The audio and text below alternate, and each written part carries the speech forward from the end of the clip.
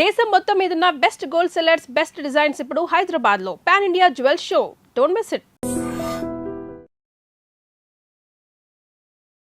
Welcome to I dream. నేను ఉదయశ్రీ. విదేశాలకు education purpose వెళ్ళి అక్కడే సెటిల్ అవ్వాలనే స్టూడెంట్స్కి ప్రెజెంట్ బయటి దేశాలలో పరిస్థితి ఏ విధంగా ఉంది, ఏ కంట్రీలో బాగుంది, ఏ కంట్రీకి వెళ్తే బాగుంటుంది, సజెషన్స్ ఇవ్వడానికి మనతో ఉన్నారు ఇమిగ్రేషన్ లాయర్ సంతోష్ కుమార్ సలాది. మాట్లాడదాం. నమస్తే అండి, వెల్కమ్ టు అవర్ స్టూడియో. ఎక్కువగా మన ఇండియన్స్ వెళ్ళేది యుఎస్, ఆ తర్వాత యూకే, ఆ తర్వాత చాలా కంట్రీస్కి వెళ్తూ ఉంటారు. కానీ ప్రెసెంట్ ఏ కంట్రీ గురించి మనం మాట్లాడుకున్నా యుఎస్ అయితే అక్కడ మన ఇండియన్స్ జాబ్స్ పోతూ ఉన్నాయి. మనకు అసలు యూనివర్సిటీలో కూడా రాని పరిస్థితి, చాలా చాలా ఇష్యూస్ ఉన్నాయి. సో ఇప్పుడున్న సిచ్యువేషన్, మళ్ళీ రష్యా, యుక్రెయిన్, ఇన్ని కంట్రీస్ లో ఇన్ని ప్రాబ్లమ్స్ ఉన్నాయి. అయినప్పటికీ స్టూడెంట్స్ కొంతమంది బయటికి వెళ్ళి చదువుకోవడానికే ఇంట్రెస్ట్ చూపిస్తూ ఉన్నారు. సో మీరు ఇప్పుడు ప్రెసెంట్ సిచ్యువేషన్ లో బయటికి వెళ్ళి చదువుకోవాలనే స్టూడెంట్స్ కి మీరు ఇచ్చే సజెషన్స్ ఏంటి? ట్రూ. మీరు అడిగారు కదా, that wear the answer is like geo political thing is connected to everything. So ఇప్పుడు ట్రంప్ టారిఫ్స్ వచ్చినాయని చెప్పి అందరూ ఎడ్యుకేషన్ గురించి అడుగుతున్నారు, but tariffs have nothing to do with education. యాక్చువల్గా టారిఫ్స్ గాట్ ఎక్స్పోర్ట్స్ వీటి మీద ఎఫెక్ట్, కానీ బిఫోర్ టారిఫ్స్ మార్కెట్ డౌన్ ఓవరాల్గా యూఎస్లో. Apart from that Indians problem ఇది. అమెరికా చేసిన ప్రాబ్లం కంటే కూడా ఇండియన్స్ సెల్ఫ్గా చేసుకున్న ప్రాబ్లం ఎక్కువ. జనరల్ ఏంటంటే మాస్టర్స్కి మన వాళ్ళు ఎందుకు వెళ్తారు? చదువుకోవడం, ఎంఎస్ చేయడానికి, ఆ పేరు కానీ on the name it's for education, but most of them want to go there to part time చేసుకుంటారు, సెటిల్ అవుతారు. వాళ్ళకి end of the day citizen ఎవరికి వెళ్ళలేదు. అంటే ఇట్స్ ఎ డాలర్ డ్రీమ్. ఇక్కడే కదా చాలా కంట్రీస్లో ఉంది, పర్టికులర్లీ ఇండియాలో తెలుగు స్టేట్, సౌత్ ఇండియాలో చాలా ఎక్కువ ఉంది. మోస్ట్ 25% F1 వీసాలు ఓన్లీ తెలుగు స్టేట్ని పడుతుంది ఇండియా మొత్తం. సో మన వాళ్ళు కొంచెం క్రేజ్ ఎక్కువ ఉంది కదా. అపార్ట్ ఫ్రమ్ దట్ ఇంకా యూకే, యూరోప్ రకరకాల ఆప్షన్స్ ఉన్నాయి కదా, దే ఆర్ గోయింగ్ ఆన్. యూఎస్లో ప్రాబ్లం ఏంటంటే మాస్టర్స్కి వెళ్తారు కదా, వెళ్ళాక వీళ్ళకి స్పెషల్ అడ్వాంటేజ్ ఏంటంటే ఎక్స్పోజర్ అని కామన్. వీళ్ళు పర్టికులర్గా వెళ్ళే రీజన్ ఏంటంటే క్యాప్ కోటా. H1B మీకు ఐడియా ఉన్న వీసానే కదా. యూఎస్కి ఎవరన్నా స్టూడెంట్ కానీ ఎనీ ఫారినర్ వెళ్ళినప్పుడు ఒక ఫారెన్ స్కిల్డ్ వర్కర్ అక్కడ పనిచేయడానికి H1B అనేది ఒక వీసా నేమ్, అది జస్ట్ ఇట్స్ నేమ్. అలాగే స్టూడెంట్ వీసా F1కి వెళ్ళే పిల్లలకి ఏంటంటే 45,000 H1 కోటా పెట్టారు, దాన్ని క్యాప్ కోటా అంటారు, జస్ట్ లైక్ రిజర్వేషన్. ఎవరైతే మాస్టర్స్ ఇంత ఖర్చు పెట్టి ఇండియా వస్తున్నారు కదా, ఇండియన్స్ కానీ అబ్రాడ్ ఎవరు వచ్చినా, అమెరికన్స్ ఏం చేసి అట్రాక్ట్ చేయడానికి ఇది 1990, 80s నుంచి ఉన్న పాలసీ. ఆ 45,000 క్యాప్ కోటా అనేది ఇప్పటికీ అదే ఉంది. ఆ రోజున ఎంతమంది వెళ్ళేవారండి? మీకు తెలిసిన వాళ్ళు కూడా ఎంతమంది వెళ్తారు? చాలా తక్కువ కదా. ఇప్పుడు గల్లీకి ఇద్దరు వెళ్తున్నారు. సో ట్రూ తెలుగు స్టేట్ నుంచే 1,00,000 మంది వెళ్తున్నారు. ఈవెన్ లాస్ట్ 24-23 అకాడమిక్ ఇయర్ చూసుకున్నా మీకు 80,000 వీసాస్ తెలుగు స్టేట్ నుంచి పడినాయి. సో ఇండియాలో తెలుగు స్టేట్స్ కాకుండా గుజరాత్లో హెవీ మార్కెట్ ఉంది, తమిళనాడు ఉంది, చాలా స్టేట్స్ నుంచి ఉన్నాయి, ఈవెన్ మహారాష్ట్ర. వీళ్ళందరూ కలిపి ఒక 1,20,000 ఇండియన్సే వస్తే ఈ క్యాప్ కోట 45,000 అలాగే ఉంటుంది. ఇది మారదు, ఇది ఫిక్స్డ్ నెంబర్, కానీ జనం పెరిగిపోతున్నారు కదా. సో ఈ ఇయర్ ఈ 1,20,000 మాస్టర్స్ చేసిన వాళ్ళు ఒక 45,000 మంది వీసా కొట్టారు, ఫైన్. నెక్స్ట్ ఇయర్ వీళ్ళు ఉండేవారు, ఎందుకంటే యూఎస్లో వీసాకి వెళ్తారు కదా మాస్టర్స్కి. 5 years వీసా వస్తుంది మీకు F1 ఎవరు అప్లై చేసిన. 5 years వీసాలో 2 years masters, 3 years post masters. ఈ 3 years వాళ్ళు అక్కడ అమెరికాలో ఉండి లీగల్ గా ఏమన్నా చేసుకునే రైట్ వస్తుంది కాబట్టి వీళ్ళని డబ్బులు ఖర్చు పెట్టి వెళ్తున్నారు. ఇక్కడ point number 1. So 2 years masters అయిపోయాక ఈ 3 years ఓపీటీ అంటాం. ఈ 3 years ఉండే optional practical training, stem OPT 11 months వస్తుంది first. Again it will be extended to 3 మొత్తం 3 years 22 months ఎక్స్టెండ్ అవుతుంది. సో ఈ స్టెమ్ ఓపీటీలో ఉన్న పిల్లలు 45,000 ఇయర్ సెలెక్ట్ అయ్యారు అనుకుందాం క్యాప్ లో. మిగిలిన వాళ్ళు ఏమవుతారు? నెక్స్ట్ ఇయర్ అప్లై చేస్తారు. నెక్స్ట్ ఇయర్ మళ్ళీ ఒక 1,00,000 మంది వస్తున్నారు కదా. So it's becoming a loop. ఆ లూప్ లో తిరుగుతున్నారు అందరూ. మాస్టర్స్ చేస్తున్నారు, ఓపీటీ వస్తుంది, H1 వేసుకుంటున్నారు, పిక్ అయిన వాడికి అవుతుంది, అవన వాళ్ళు మళ్ళీ నెక్స్ట్ ఇయర్ ఆ 3 years టైం పాస్ చేస్తారు. ఒక ఇయర్ అవ్వాలా, సెకండ్ ఇయర్ అవ్వాలా, 3 years అవ్వాలా, ఏం చేయాలి? బ్యాక్ వచ్చేయాలి ఇండియాకి, అంతే. సో ఇది ఎప్పటి నుంచి ఉన్న రూల్, ఇది కొత్తగా రాలా ఓపీటీ టీమ్. బట్ ఏంటంటే ఇండియన్స్ తెలుగు వాళ్ళు ఎక్కువైపోయారు పోస్ట్ కోవిడ్, చాలా మంది వెళ్ళిపోవడం, అంటే ఓవరాల్ ఐటీ బూమ్ అయింది కాబట్టి. That's a big disadvantage. అది కాకుండా ఈ 3 years ఓపీటీలు ఏదైతే ఉందో, యాక్చువల్ ఓపీటీ అంటే పేరులో ఉంది కదా, ఆప్షనల్ ప్రాక్టికల్ ట్రైనింగ్. వీళ్ళు ఒక ఇంటర్న్ గా ఎక్కడైనా పని చేసుకోవాలి, కానీ తెలుగు వాళ్ళు కానీ ఇండియన్స్ ఓవరాల్ గా అది చేయరు. వాళ్ళు వెళ్ళి అన్ని రెస్టారెంట్లో, కెఫేల్లో ఎక్కడ పడితే అక్కడ చేస్తారు. That's illegal. సో వాళ్ళు ఏం చేస్తారంటే కొత్తగా ఏమి రూల్స్ పెట్టాల, ఉన్న రూల్స్ స్ట్రిక్ట్ గా ఫాలో అవుతున్నారు అంతే. So it's already return rule. Student part time గా ఉన్నప్పుడు 20 years చేసుకోవాలి, అది క్యాంపస్ లో చేయాలి. లేదు నువ్వు ఓపీటీలో ఉన్నావు అంటే నువ్వు ఏ డొమైన్ లో చదువుకున్నావో ఆ కన్సర్న్ కంపెనీ ఇంటర్న్షిప్ సంథింగ్ చేయాలి, అంతేగాని ఇక్కడ ఒకటి చేసి వాళ్ళు వేరే చోట ఫుల్ టైం జాబ్ చేస్తే ఇల్లీగలే కదా. నాకు ఒక డౌట్ అండి, Yeah. స్టూడెంట్స్ అందరు ఇక్కడ లోన్స్ పెట్టి Yeah, true, అంటే లక్షల్లో ఏదో వాళ్ళ దగ్గర డబ్బులు పట్టుకొని Yeah, వెళ్తారు loans, కదా, mostly loans అక్కడికి are- వెళ్ళినాక వాళ్ళు ఎడ్యుకేషన్ తక్కువ, పార్ట్ టైం ఎక్కువ చేస్తారు కదా, Yes, yes. వాళ్ళు నాలెడ్జ్ ఎక్కడ గెయిన్ చేస్తారు? వాళ్ళకి ఇప్పటి వరకు ఇన్ని ఇయర్స్ నుంచి జాబ్ వచ్చిన వాళ్ళకి జాబ్స్ ఎట్లా వస్తున్నాయి నాలెడ్జ్ లేకుండా? Correct point. ఇక్కడ ఏంటంటే ఇది ఒక పెద్ద ఐ మీన్ చాలా పెద్ద సీక్రెట్ ఇది. ఇప్పుడు నేను చెప్తే చాలా మంది హర్ట్ కూడా అవుతారు. Indians are purely consultancy based. Indians particular Telugu వాళ్ళు యూఎస్ లో మొత్తం ఎడ్యుకేషన్ నుంచి జాబ్ వరకు కన్సల్టెన్సీ రన్ అవుతాయి. దే విల్ కాల్ బ్యూటిఫుల్ గా దాన్ని ఫ్యాన్సీగా స్టాఫింగ్ ఏజెంట్స్ అంటారు. So it's 70-30 80-20 proportionate job. So వీళ్ళు ఏం వచ్చినా రాపోయినా the so call staffing agents or consultancies will take care of them. వాళ్ళు గెస్ట్ హౌస్ రన్ చేస్తూ ఉంటారు. ఎంఎస్ అయిపోయినాక పిల్లలకి ఏంటి, అబ్రాడ్ లో హైయెస్ట్ ఎక్స్పెండిచర్ ఫుడ్ లివింగేగా, ప్రతి నెల ఖర్చు ఆల్మోస్ట్ $2,000 అవుతుంది. అది గెస్ట్ హౌస్ ఫ్రీగా ప్రొవైడ్ చేస్తాయి. వీళ్ళకి వీళ్ళే ట్రైన్ చేస్తారు, వీళ్ళే అన్ని పెడతారు, ఫేక్ గానీ వాట్ ఎవర్ అన్ని. సో పెట్టి వీళ్ళకి ఒక 10 years 8 years ఉన్నోళ్ళగా ప్రొజెక్ట్ చేసి మార్కెట్ లో తీసుకెళ్తారు. వాడికి రియల్ టైం అదేం రాదు కదా. ఈవెన్ ఇంటర్వ్యూస్ కూడా ప్రాక్సీలతో చేస్తారు. సో వాళ్ళు అక్కడికి వెళ్ళిపోయి దిల్ మేనేజ్ సమ్హౌ. ఇది ఒకప్పుడు నడిచింది, మార్కెట్ బల్క్ లో ఉన్నప్పుడు అది ఏం చేసి నడిచింది. కానీ మార్కెట్ ఇప్పుడు ప్రిసైజ్ అయింది. ఈవెన్ టెక్ లో కూడా అందరిని ఉంచుకోవట్లేదు, ఫుల్ స్టాక్ లో ఇంపార్టెంట్ వాళ్ళు ఉంటున్నారు. ఈవెన్ ఇండియాలో కూడా మాస్ లే ఆఫ్ చూస్తున్నాం కదా మనం. సో అది కొంచెం ఎక్కువ ఉంది అంతే తప్ప tariffs have nothing to do with education. But tariffs వల్ల ఏంటంటే ఇన్ఫ్లేషన్ పెరిగింది. నేను మళ్ళీ అగైన్ ఫస్ట్ పాయింట్, వీళ్ళకి ఎవ్రీ మంత్ ఎక్స్పెన్స్ అవుతాయి. పార్ట్ టైం దేనికి చేస్తున్నారు మీరు? ఏంటంటే లోన్ సర్వైవ్ అవ్వడానికి ఇక్కడ లోన్ కట్టడానికి. ఎగ్జాక్ట్లీ, లోన్స్ ఉన్నాయి కదా. ఈ లోన్ అమౌంట్ కష్టపడి వస్తున్నారండి అంతే. వీళ్ళు 2-3 years ఉంటున్నారు, మాస్టర్స్ కట్టుకుంటున్నారు. ఈ 2 years పార్ట్ టైం చేసినప్పుడు తినడానికి సరిపోతున్నాయి, పెద్ద మిగలట్లా. ఆ లోన్ తీర్చుకుని వస్తే చాలని ఫీల్ అవుతుంది. ఇది ఓపెన్, చాలా మందికి తెలిసిందే కానీ బయటకు చెప్పుకోరు. అగైన్ ఈ స్టాఫింగ్ ఏజెన్సీస్ కన్సల్టెన్సీ అనేది ఒకప్పుడు బాగా పనిచేసేవి, అది ప్రాబ్లం. ఇప్పుడు వాళ్ళకి కూడా కొంచెం టఫ్ అయింది, ఎందుకంటే ఈ ఇమిగ్రేషన్ క్రాక్ డౌన్ అవడం వల్ల ఫేక్ H1 అవి పెట్టేవారు కదా, అవన్నీ క్రాక్ డౌన్ చేస్తున్నారు. మరి ఇంకా కొంతమంది ఏమంటారంటే ఇది ఇంకా తాత్కాలికం కాదు, just for few more years, ఆ తర్వాత సిచ్యువేషన్ మంచిగా అయిపోతుంది అక్కడ. I don't think so because I am not someone authoritative to tell that, but as per my analysis I don't think so. It's done. ఎందుకంటే లక్షల మంది స్టాగ్నెంట్ అయిపోయారు. ఒక 15 లక్షల మంది స్టాగ్నెంట్ అయ్యారు. సో 15 లక్షల మంది స్టాగ్నెంట్ అయినప్పుడు 50,000 చెప్పని వేసుకున్నా వాళ్ళకి ఎన్ని ఏళ్ళు పడుతుంది? వాళ్ళు రావడానికి ఒక 25-30 years అవుతుంది. అపార్ట్ ఫ్రమ్ దట్ కొత్త వాళ్ళు వస్తారు. అండ్ అమెరికన్స్ ఎలా ఉన్నారంటే they are not at all favourable for new laws favouring the immigrants. అసలు ఉన్నవే పీకేమంటున్నారు. సో కొత్తగా వీళ్ళ కోసం లా తెచ్చి 2 lakhs ఇస్తాం అనేది అసలు జరగదు, ఇంపాసిబుల్, పొలిటికల్ అవ్వదు. So even that. ఇంకోటి ఏంటంటే అమెరికాలో యూనివర్సిటీలకి అండ్ గవర్నమెంట్ కి ఏం సంబంధం ఉండదు. అంటే ఇప్పుడు ట్రంప్ ఇన్వాల్వ్ అవుతూ ఉన్నారు కదా.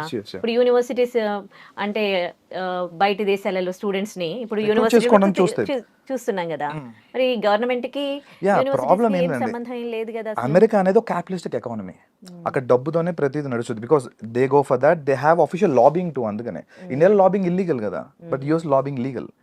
సో అమెరికన్ యూనివర్సిటీస్ ఇండియన్ కానీ ఏషియన్స్ రాకపోతే ఇప్పుడు అడుక్కు తింటున్నాయి ఓపెన్ గా. చాలా యూనివర్సిటీస్ కి ఫ్యాకల్టీస్ పే చేసే పొజిషన్ లేదు, రీసెర్చ్ ఫెసిలిటీ డబ్బులు కట్టే పరిస్థితి లేదు. సో యూనివర్సిటీ దృష్టిలో ఏంటి, my balance sheet should be good always.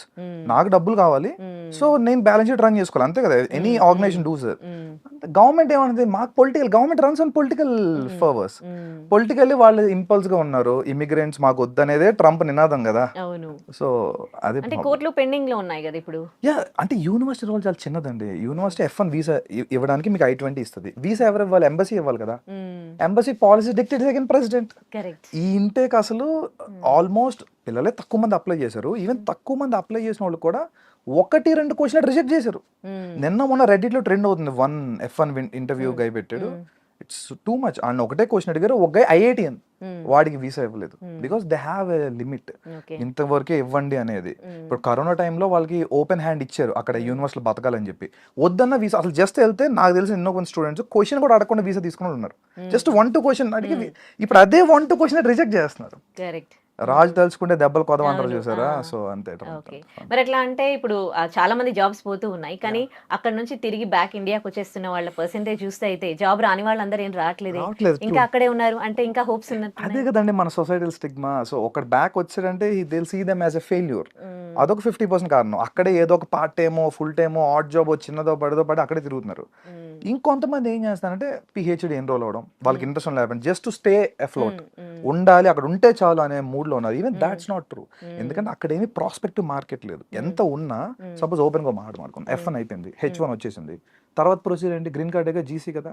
ఇవాళ రోజు ఇండియన్స్ కి GC waiting more than 45 years. అప్పుడు ఇక్కడ పోతాడు కూడా చాలా మంది. అపార్ట్ ఫ్రమ్ దాట్ సిటిజన్షిప్ అనేది ఇంపాసిబుల్ ఇప్పుడున్న టాస్క్లో. సో వీడు ఎన్నాళ్ళు ఉన్నా కెరీర్ బిల్టప్ చేసుకున్నా రాత్రికి వెళ్ళిపోయే పరిస్థితి వస్తే ఏం చేయగలుగుతాడు? వాడు బిల్టప్ చేసుకుంది నెట్వర్క్ అంతా అక్కడ వదిలేరు కదా. అట్లీస్ట్ వాళ్ళు వదిలేసి కొంతమంది ఒక 4-5 years ఎక్స్పోజర్ రియల్ టైం నేర్చుకున్నాక ఇండియా వస్తే ఆపర్చునిటీస్ ఉన్నాయి. స్టిల్ పీపుల్ మే సే అది ఇది, బట్ స్టిల్ బెటర్. ఓకే, అక్కడ యుఎస్ లో కన్సల్టెన్సీస్ వర్క్ చెప్తారా? అసలు ఈ కన్సల్టెన్సీస్ ఎట్లా వర్క్ చేస్తాయి? ఇప్పుడు ఇండియన్స్ జాబ్స్ పోతా ఉన్నాయి, కానీ మళ్ళీ ఇంకా ఇండియన్స్ కి ఎంఎస్ చేసిన వాళ్ళకి ఇంకా కాల్స్ వస్తూనే ఉంటాయి through consultancy. What it's doing actually? Consultancy ఏం చేస్తాయంటే బెంచ్ సేల్స్, వాళ్ళ దగ్గర 2-3 మోడల్స్ ఉంటాయి. ఇప్పుడు తీసుకున్న హైర్ చేసిన అందరినీ బెంచ్ లో పెట్టుకుంటారు, బెంచ్ సేల్స్ అని ఒక టీం పెట్టుకుంటారు. వీళ్ళు మార్కెట్ లో లింక్డ్ ఇన్ లో లేదంటే థర్డ్ పార్టీ జాబ్స్ వస్తాయి, టెంపరీ ఆప్షన్స్ అన్ని, వాటిని ఫైండ్ అవుట్ చేసి వీళ్ళు ప్లేస్ చేసుకుంటారు. ఎగ్జాంపుల్ ఒకప్పుడు ఒక 20 ఇంటర్వ్యూస్ షెడ్యూల్ చేస్తే ఒక 10 calls వచ్చేవి అనుకోండి, వీళ్ళకి 1-2 క్లోజ్ అయ్యేవి. ఇవాళ 50 పెడితే ఒక 5 కూడా కాల్స్ రావట్లేదంట. I spoke with many staffing ఐస్ టు. సో కాల్స్ రావట్లేదు, వచ్చిన వాళ్ళు కూడా ఎవరికి సెలెక్షన్ అవ్వట్ల. వాళ్ళు పాపం లాస్ లో ఉన్నారు. ఇంకో హైలైట్ అంటే అందరూ యువర్ స్టాఫింగ్ కన్సల్టెన్సీ వాళ్ళు హెవీగా ఎర్న్ చేస్తారు అనుకుంటారు. They are in losses now. Many people I know they having $2-3 million in debts. Okay, ఇప్పుడు ఇక్కడ నుంచి వెళ్ళే స్టూడెంట్స్ అయితే తగ్గిపోయారు, కానీ ఇప్పుడు అక్కడ ఎంఎస్ చేస్తున్న వాళ్ళు, ఎంఎస్ చేసి జాబ్ కోసం వెయిట్ చేస్తున్న వాళ్ళు అక్కడ ఉంటే మంచిదా, లేకపోతే వాళ్ళు బ్యాక్ వచ్చేయడం మంచిదంటారా? My thing is they can come back any time. ఎందుకంటే యూఎస్లో నువ్వు ఫుల్ టైం జాబ్ చేస్తేనే నీకు కెరీర్ ఆపర్చునిటీ. ఏదో పార్ట్ టైమో లేదా సమ్ అదర్ ఆడ్ జాబ్. ఇప్పుడు నువ్వు మాస్టర్స్ చేశారండి ఒక స్టూడెంట్, అతను టెక్ జాబ్ చేయాలి కదా బేసిక్గా, if not some else professional job. అంతే కదా, మటన్ కొడితే అదేమన్నా వాల్యూ ఉంటుందా? దాంట్లో కెరీర్ గ్రోత్ ఉంటుందా? ఉండదు కదా. So just to survive A jobs పడితే ఆ జాబ్స్ అట్లీస్ట్ పార్ట్ టైం వరకు చెల్తా కాలేజ్లో. Once you're in to professional mode it's not all useful. India వచ్చేస్తే వాళ్ళు కనీసం స్టార్ట్అప్స్ ఎక్కడ పనిచేస్తుంది, they can create some startups right here. అంటే ఇప్పుడు ఇండియన్స్ కి అక్కడ జాబ్ వచ్చే పరిస్థితి లేదంటారా? ఉన్నాయండి, 10% పీపుల్ ఉన్నాయి ఇప్పటికి కూడా. ఆల్మోస్ట్ 1.5 million స్టార్టింగ్ ప్లేస్మెంట్ కొట్టిన తెలుగు వాళ్ళు తెలుసు నాకు. వాళ్ళకి ఏ కన్సల్టెన్సీ హెల్ప్ చేయాలి. They have their own talent. వాళ్ళు రీసెర్చ్ చేసుకున్నారు, పేపర్స్ పబ్లిష్ చేసుకున్నారు, దే హ్యావ్ ఎ విజన్. అదే కంపెనీ తీసుకుంటుంది. టాలెంట్ వాడికి ఎప్పుడు మార్కెట్ ఉంది, there is no restriction at all. ఈ 45,000 వీసాలు అనుకున్నాం కదా, ఇదివరకు ఏమైంది, మీకు H1B కావాలంటే ఒక కంపెనీ మిమ్మల్ని స్పాన్సర్ చేయాలి, అంతే కదా సింపుల్ గా. ఈ కన్సల్టెన్సీలో కంపెనీ రూపంలో మిమ్మల్ని స్పాన్సర్ చేసేవి. వీడు ఎందుకు చేస్తాడు? వీడికి అక్కడ మార్కెట్ లో జాబ్ ఉంటే నీ మీద రూపాయి తింటాడు కాబట్టి చేస్తాడు. ఇప్పుడు వీడిని వదిలేసి రియల్ గా యాపిల్ ఉందండి, ఓకే, మౌంట్ వ్యూ కాలిఫోర్నియాలో గూగుల్ ఉంది. రియల్ గా గూగుల్ హైర్ చేసిన వాళ్ళు స్పాన్సర్ చేసుకుంటున్నారు H1B. అందుకే 45,000. ఓకే, ఈ స్క్రాప్ ఓపెన్ గా మాడుకుంటే వాళ్ళకి ఏమీ లేదు ఆపర్చునిటీ. అక్కడికి వెళ్ళే కూడా వాళ్ళు స్కిల్స్ డెవలప్ చేసుకోకుండా పార్ట్ టైమ్ లోనే గడిపేసి మాస్టర్స్ ఏమి నేర్చుకోకుండా, మాస్టర్స్ దేనికి యాక్చువల్ గా ఆ సబ్జెక్ట్ డొమైన్ నాలెడ్జ్ వాళ్ళు ఎక్స్పర్ట్ లెవెల్కి వెళ్ళడం కోసం మాస్టర్స్ లెవెల్ అనేది.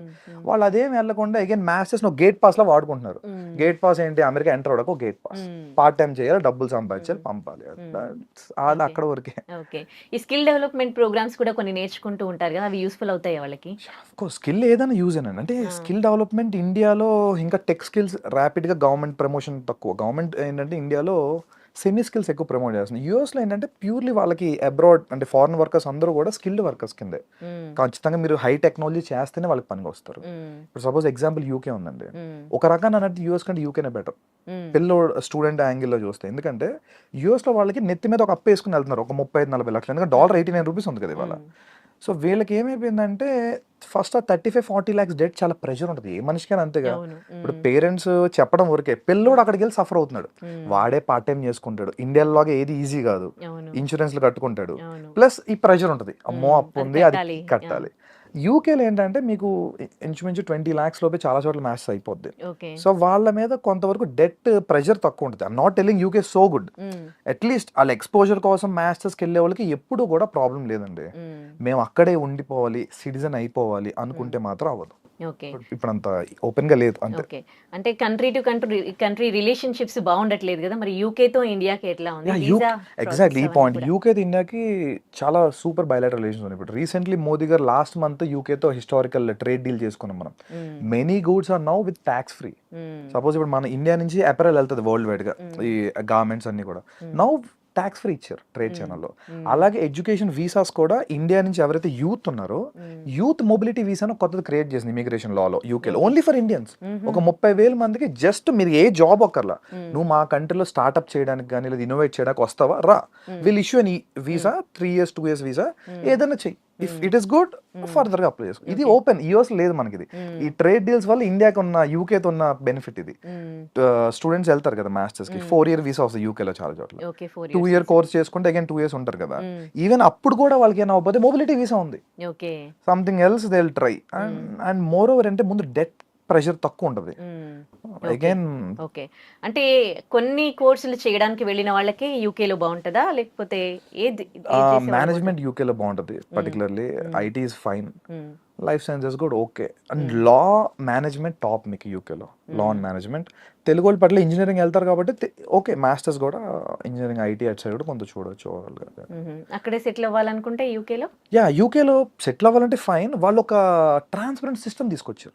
బేసిక్గా మీరు చూసుంటారు మొదట కెనడాకి హెవీగా బూమ్ అయింది ఒక 2-3 years బ్యాక్ వరకు. కెనడా బాగా వెళ్ళారు, ఎందుకంటే కెనడాకి అప్పుడు పాయింటర్ సిస్టమ్ ఉంది. మీరు పిఆర్ రావాలనుకోండి, ఇప్పుడు యూఎస్ లో ఏంటి, ఒక ఆర్బిటరీ సిస్టమ్ ఉంది. మీరు గ్రీన్ కార్డ్ ఫైల్ చేశారు, వాడు వెయిటింగ్ లిస్ట్ పెడతాడు, అంతేగాని మీకు మధ్యలో రీజన్ ఏం చెప్పరు నాకు ఎందుకు వస్తుంది ఎందుకు రావట్లేదు అని.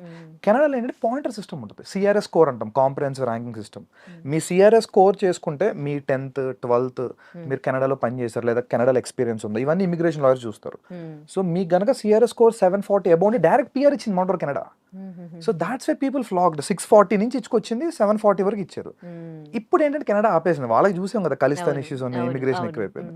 అగైన్ యూకే ఇప్పుడు పాయింటర్ సిస్టమ్ తెచ్చింది, అంటే నువ్వు మాస్టర్స్ మా దగ్గర చేసావు ఇన్ని పాయింట్లు ఇస్తాం, ఇక్కడ నువ్వు ఒక 1-2 years ఎక్స్పీరియన్స్ ఉంది ఇన్ని పాయింట్లు ఇస్తాం, ఇండియాలో కూడా నీకు ఎక్స్పీరియన్స్ ఉంది. అట్లా ఈ పాయింటర్ సిస్టమ్ వల్ల ఏంటంటే ప్రతి ఒక్కరికి ఓపెన్ గా ట్రాన్స్పరెంట్ తెలుస్తుంది, ఇన్ని పాయింట్లు నాకు వచ్చినాయి, ఇన్ని పాయింట్ లెవెల్ వస్తే పిఆర్ వస్తుందంట, అందుకే రావట్లేదు సంథింగ్ కదా. అంతేగాని మిగతా చోట యూఎస్ లో కానీ చాలా యూరోపియన్ కంట్రీస్ లో పిఆర్ వేయాలి, ఇమిగ్రేషన్ లాయర్స్ వెళ్తా ఉంటారు, మనలాంటి వాళ్ళు సబ్మిట్ చేస్తారు, వాళ్ళు ఎప్పుడు ఇస్తారో అప్పుడు అంతే. సో మీ ఫైల్. మరి యూకేలో ఇంత మంచి ఆపర్చునిటీస్ ఉన్నప్పుడు ఎందుకు యుఎస్ ని ఫస్ట్ ఆపర్చునిటీగా పెట్టుకుంటారు? మనకి ట్రెడిషనల్లీ హ్యూజ్ మార్కెట్. అంటే మీరు పాపులేషన్ వేసి చూడండి, US population around 40 crore, 35 to 40 crore. UK population around below 5 crores. So 6.5 overall United Kingdom అంతా చూసుకున్నా. So huge difference. అండ్ ఈ ఫార్చ్యూన్ 500 కంపెనీస్ లో ఏంటంటే ఐటీ, తెలుగు వాళ్ళు లేదా south Indians particularly bulk into IT and IT consulting services.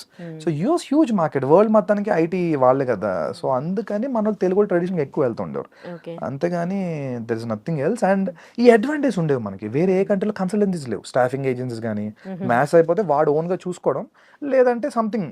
But US లో ఏంటంటే at comfort, నీకు మ్యాథ్స్ అయిపోయిందా రా, నేను ఫ్రీగా ఫుడ్ ఇస్తా, అకామిడేషన్ ఇస్తా, ట్రైన్ చేస్తా, నువ్వు ప్లేస్ అయ్యేదాకా నేనే చూసుకుంటా. ఇది మంచి ఆపర్చునిటీ కదా. సో తెలుగు వాళ్ళకి ఈ మార్కెట్కి అలవాటు పడిపోయారు ఒక 30-25 ఏళ్ళ నుంచి. ఇంకా మాట్లాడుకుంటే యూరోప్ లో ఆపర్చునిటీస్ ఉన్నాయి, అంటే if they are studios enough Europe లో ఆపర్చునిటీస్ ఉన్నాయి, కానీ బల్క్ లేవు. మనకేంటే బల్క్ వచ్చాయి, బల్క్ లో వచ్చిన వాళ్ళు వెళ్ళాలి అంతే, అదే ప్రాబ్లం అవుతుంది అందుకోసం. ఓకే, ఇప్పుడు మరి యూకేలో ఉన్న ఈ ఆపర్చునిటీస్ గురించి అవగాహన ఉందా, వెళ్తూ ఉన్నారా మరి? యూకే బాగా వెళ్తున్నారండి, ఇప్పుడు సెకండ్ ప్లేస్ యూకేనే. అంటే ఇన్ఫాక్ట్ నాకు తెలిసి ఈ అకాడమిక్ మేబీ యూకే ఫస్ట్ కూడా రావచ్చు. యూఎస్ తగ్గింది కదా, ప్రీవియస్ లో యూఎస్ ఫస్ట్ ప్లేస్ లో ఉంటే సెకండ్ హైయెస్ట్ నెంబర్స్ యూకేకి వెళ్ళేవారు. ఇప్పుడు అగైన్ ఆస్ట్రేలియా కూడా టైట్ అయింది ఇప్పుడు చాలా. ఆస్ట్రేలియాలో ఫినాన్షియల్ థింగ్స్ అని చాలా టైట్ చేశారు, and also very costly. So అందుకోసం వెళ్ళి ప్రిఫర్ చేస్తాను. వీసా ప్రాసెస్ కి ఇప్పుడు ఏమి ఇబ్బందులు ఏం కలగట్లేదా? యూకే వెరీ బ్యూటిఫుల్, ఎందుకంటే ఇంటర్వ్యూ కూడా లేదు. యూఎస్ కి అయితే ఇంటర్వ్యూ ఉంది కదా, వాడు వెళ్తే ఏదో ఒకటి అడిగి రిజెక్ట్ చేస్తున్నారు. UK complete document based online visa. So they will submit papers అన్ని బాండ్ కరెక్ట్గా ఉంటే వీసా వస్తుంది, బాగోపోతే రాదు, అంతే. Very simple. యూకే తర్వాత ఇంకా వేరే ఇంకా యూరోప్ అండి, Canada complete down, and I suggest no way Canada, అస్సలు లేదు మార్కెట్.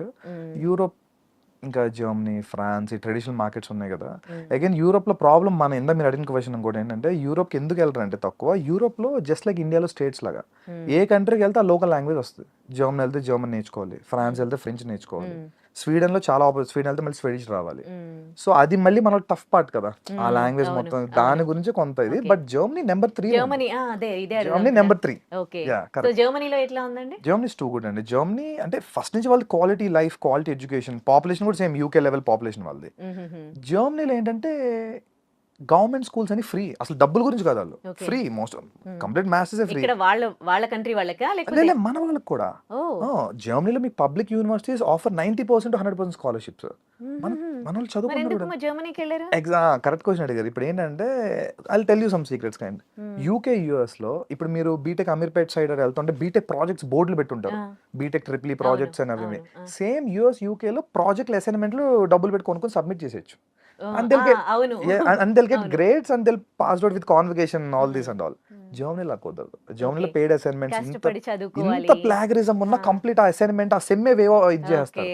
సో నో వే దిల్ ట్రై. అందుకోసం చాలా తక్కువ మంది వెళ్తారు. వెళ్ళే స్టూడెంట్స్ పీపుల్ కి Germany is beautiful option. Okay మన వాళ్ళకి ఏంటి ఇవన్నీ వద్దు చాలా మందికి. I'm not telling generalize, but చాలా మందికి ఏంటంటే అలా ఫ్రీ మైండ్ సెట్ లో క్రియేట్ చేశారు. Maybe some consultancies or whatever reason. నువ్వు వెళ్ళిపోరా అలా వెళ్తే అది మనకి చిన్నప్పటి నుంచి ఈ ట్రాప్ ఉండింది కదా.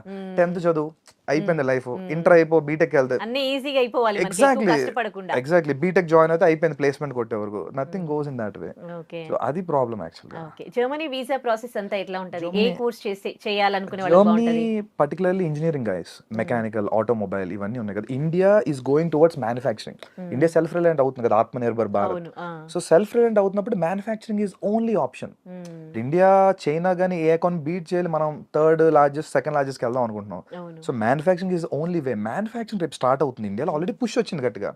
వీళ్ళకి చాలా మార్కెట్ ఉందండి. చాలా మంది ఈవెన్ నేను ఇయర్ కూడా చూసాను, ఏఎంఎల్ డేటా సైన్స్ కొట్టుకుని డొనేషన్ కట్టి జాయిన్ అయ్యారు చాలా యూనివర్సిటీస్ లో.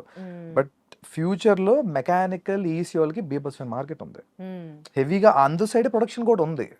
సో మెకానికల్ ఆల్రెడీ ఇండియాలో బ్యాచిలర్స్ చేసిన ఉంటారు కదా, వాళ్ళు మాస్టర్స్ చాలా ఈజీ అక్కడ ఓకే మాస్టర్స్ చేసుకుంటారు, వాళ్ళు అక్కడే సెటిల్ అవ్వచ్చు. ఎందుకంటే వరల్డ్ లో ఒక థింగ్ ఏంటంటే జర్మనీలో Tier 1 మెట్రో సిటీసే కాదు, Tier 2 Tier 3 cities develop, and I forgot the name actually. They called a system. It's a policy for them. Okay even world war 2 ఇంత వచ్చిన జర్మనీ ఎందుకు బ్రేక్ అవ్వలేదంటే అక్కడ ఎడ్యుకేషన్ ఇండస్ట్రీ కలిసి ఉంటుంది. Industry relevant curriculum completely. ఇండియాలో లాగా కాదు. అంటే ఇండియాలో ఏంటి కరికులం ఒకటి చెప్పేస్తారు, వాడు మళ్ళీ ప్లేస్మెంట్ కోసం ట్రైన్ అయ్యి సంథింగ్ వెళ్తాడు. ఇండస్ట్రీతో కలిపి యూనివర్సిటీలు రన్ అవుతాయి. ఇన్ఫాక్ట్ మీకు ఫోక్స్ వ్యాగన్ కార్స్ ఉన్నాయి కదా, ఫోక్స్ వ్యాగన్ వాళ్ళు యూనివర్సిటీ రన్ చేస్తారు తెలుసా జర్మనీలో, complete free. It's very funded university. In fact Volkswagen అంటేనే peoples vehicle, German public company అది. So they are also running a university. ఇంకో డౌట్, జర్మనీలో వాళ్ళ లాంగ్వేజ్ లో ఉంటుందా ఎడ్యుకేషన్? అంటే జర్మన్ మీడియం కాకుండా ఇంగ్లీష్ మీడియం ఉంది, చాలా చోట్ల వెళ్తున్నారు. బట్ నేను మీకు ఓపెన్ చెప్తా, they speak 50% they converse in German. Okay అందుకే వీసా కూడా జర్మనీకి ఉన్న రిక్వైర్మెంట్ ఏంటంటే బై ద వీసా టైం కనీసం 2 levels ఆఫ్ జర్మన్ చేసి ఉండాలి. ఓకే సో అందుకోసం మన వాళ్ళు ఇంకో హిండ్రెన్స్ ఇందాక ఓకే ఇదైతే ఉంది, ఇంగ్లీష్ మనకి కామన్ లాంగ్వేజ్ కదా, సింపుల్ గా టోఫల్ ఐఎల్స్ రాసేసి వెళ్ళిపోతారు ఒక నెల కోచింగ్ తీసుకొని. ఓకే బట్ మీకు లాంగ్ టర్మ్ ప్లాన్ చేసుకుంటే కనుక జర్మనీ చాలా క్వాలిటీ ఆఫ్ కష్టపడే వాళ్ళకైతే మంచి ఫ్యూచర్ ఉంటది. చాలా ఫ్యూచర్ ఉంటుంది. అపార్ట్ ఫ్రమ్ దట్ ఫ్రాన్స్ కూడా సేమ్ వర్షన్. ఫ్రాన్స్ లో కూడా మీకు అంటే ఫ్రాన్స్ ఫ్రీ ఎడ్యుకేషన్ లేదు మోస్ట్లీ, బట్ తక్కువ fee, below 10 lakhs scholarship. Okay ఇక్కడ ఇంగ్లీషే కదా ఫ్రాన్స్ లో? అగైన్ సేమ్ యూరోప్ అంతా పేరుకి ఇంగ్లీష్ మీడియం అని ఉంటది, but they converse mostly in their vernaculars. Okay ఇప్పుడు మనమే ఉన్నామండి, ఇప్పుడు ఇంగ్లీష్ మీడియం ఉంటే స్కూల్లో faculty will try to talk in the local language right, same అంతే. సో బట్ సర్వైవ్ అవ్వాలంటే part times local taxi grocery everything మనం లోకల్ తోని కన్వర్స్ చేయాలి. అందుకోసం మేము కూడా కంపల్సరీ లోకల్ లాంగ్వేజ్ నేర్చుకోమంటాం. Apart without that they can do nothing. Okay so ఇప్పుడు వెళ్ళాలని అనుకునే స్టూడెంట్స్ కి మీరు ఇచ్చే సజెషన్స్ ఏంటి? So check your countries, if not try to do your own research. అంటే పర్టికులర్ నువ్వు వెళ్తాను యూనివర్సిటీ ఎంత అవుట్కమ్ ఉంది, ప్లేస్మెంట్. ఇండియాలో అక్కడ ప్లేస్మెంట్ థింగే ఉండదు, అవుట్కమ్స్ తెలుసుకోండి, అక్కడ మార్కెట్ ఎలా ఉంది చూసుకొని వెళ్ళటమే. రెస్ట్ మీకు రియల్ టైమ్ ఎడ్యుకేషన్ చేయాలంటే there are n number of opportunities. మీరు చదువుకుని రీసెర్చ్ అంటే లేదు, నేను పేరుకి మాస్టర్స్ చేస్తా, I want to get something for free అంటే ఇప్పుడు కొంచెం టఫ్ అయిపోయింది, ఆ సినిమా అయిపోయింది, ఇప్పటి నుంచి టఫ్ డే స్టార్ట్ అయినాయి. ఓకే అక్కడ ఇప్పుడు ఎంబీఏ చేసి ఇండియాకి బ్యాక్ వచ్చిన వాళ్ళ పరిస్థితి ఏంటి? ఇక్కడ మన ఇండియాలో ఎట్లా ఉన్నాయి? They are well recognised. Even UK అయినా యూరోప్ అయినా మనకి మంచి మంచి స్కూల్స్ ఉన్నాయి. బెనిఫిట్ ఏంటంటే ఇందులో ఒక అడ్వాంటేజ్ ఉంది మనకి. సపోజ్ ఇండియాలో ఉన్న కాంపిటీషన్ వల్ల ఇండియాలో ఒక యావరేజ్ బీ స్కూల్, ఒక 20 years ఓల్డ్ బీ స్కూల్ కూడా ఇప్పుడు 20-22 lakhs చార్జ్ చేస్తున్నాయి. బెంగళూరు రిలయన్స్ కానీ ముంబై ఎన్ఎంఎస్ ఎవరిని చూసుకున్నా. వేరేజ్ అదే కాస్ట్ లో మీరు యూకేలో ఒక 150 years ఓల్డ్ బీ స్కూల్లో చదవచ్చు. So it's well recognised right, worldwide మీకు ఆపర్చునిటీ ఉంటుంది. They have internship opportunity too. ఇంకోటండి అక్కడ ఎంఎస్ అని వెళ్ళి పార్ట్ టైం జాబ్లు చేస్తారు తప్ప ఎడ్యుకేషన్ గెయిన్ చేయరు. వాళ్ళకి ఇక్కడికి వచ్చినాక ఏం జాబ్స్ వస్తాయి? ఏం రావు. రావట్లేదు చాలా మంది కూడా, వచ్చిన వాళ్ళు కూడా దే డూయింగ్ సంథింగ్. ఏం అగైన్ మళ్ళీ ఏదో ఒక స్కిల్ నేర్చుకుంటారు, కరెంట్ ట్రెండ్ టెక్నాలజీ అంతే తప్ప ఓకే అసలు ఆ సిస్టమే ఘోరం అయిపోయిందండి. అందుకని ఈ కొలాప్స్ అంతా కూడా, okay because they not gaining anything new, existing ఉన్న దాంట్లో ఉంటున్నారు. కంపెనీకి అది అక్కర్లా, ఇక్కడ వాళ్ళని పట్టించుకోవట్లేదు కదా. యా సో అదే ప్రాబ్లం అవుతుంది. ఇప్పుడు H1B లో ప్రాబ్లం ఏంటంటే వాడికి స్పాన్సర్ చేస్తున్నారంటే బోల్ ట్యాక్సెస్ కట్టాలి. ఆ థింగ్ అని కంపెనీకి వేస్ట్ కదా, లోకల్ వాడు దొరికేస్తాడు ఆ టాలెంట్ తో. అందుకోసం okay so unless and until you're super talented, you're in demand technology, then no problem. Rest are all average. Okay అంటే ఇక్కడికి వచ్చినాక ఏమన్నా స్పెషల్ ఉంటాయి కదా కోర్సెస్ లాంటివి నేర్చుకుంటే బెస్ట్ అంటారా? యా ఆల్రెడీ మాస్టర్స్ చేశారు కదా చేశారు, వాళ్ళందరూ. అక్కడ ఏం నాలెడ్జ్ లేదు కదా వాళ్ళకి. yes. అప్పుడు ఇక్కడికి వచ్చినాక ఏదో ఒకటి చేయాలి కదా. ఏదో ఒక ట్రెండింగ్ టెక్నాలజీ నేర్చుకోవడమే ఇందని అన్నట్టు. ఇప్పుడు మార్కెట్ లో ట్రెండింగ్ ఇప్పుడు బిగ్ డేటా హడూప్ నడుస్తుంది అనుకోండి, వాడు అది నేర్చుకుంటాడు వచ్చి ఇక్కడ 2-3 months కోర్స్. ఓకే దాని Telugu right, thank you so much for your valuable suggestions to viewers అండి. Thank you. And for more videos, Please subscribe to iDream. Please subscribe to iDream. Please subscribe iDream. And please subscribe to iDream. For more videos, subscribe to iDream. please like, share, and subscribe to the channel. Congratulations, iDream. Subscribe to iDream. Subscribe to iDream. So subscribe to iDream Media. iDream ki iDream team andarki huge congratulations. Please subscribe iDream Media. Please subscribe to iDream. Subscribe iDream. Please subscribe to iDream. iDream అంటే నా కళల channel subscribe చేసుకున్న నోరు తిరుగుతలేదు, మీరైతే గంట గుర్తు కొట్టండి. For more such videos, please subscribe to iDream. Subscribe to iDream. Please subscribe to iDream. Please subscribe iDream Media. Please do subscribe to iDream. Please subscribe to iDream Media. For best entertainment and information, please subscribe iDream. And don't forget to subscribe to iDream.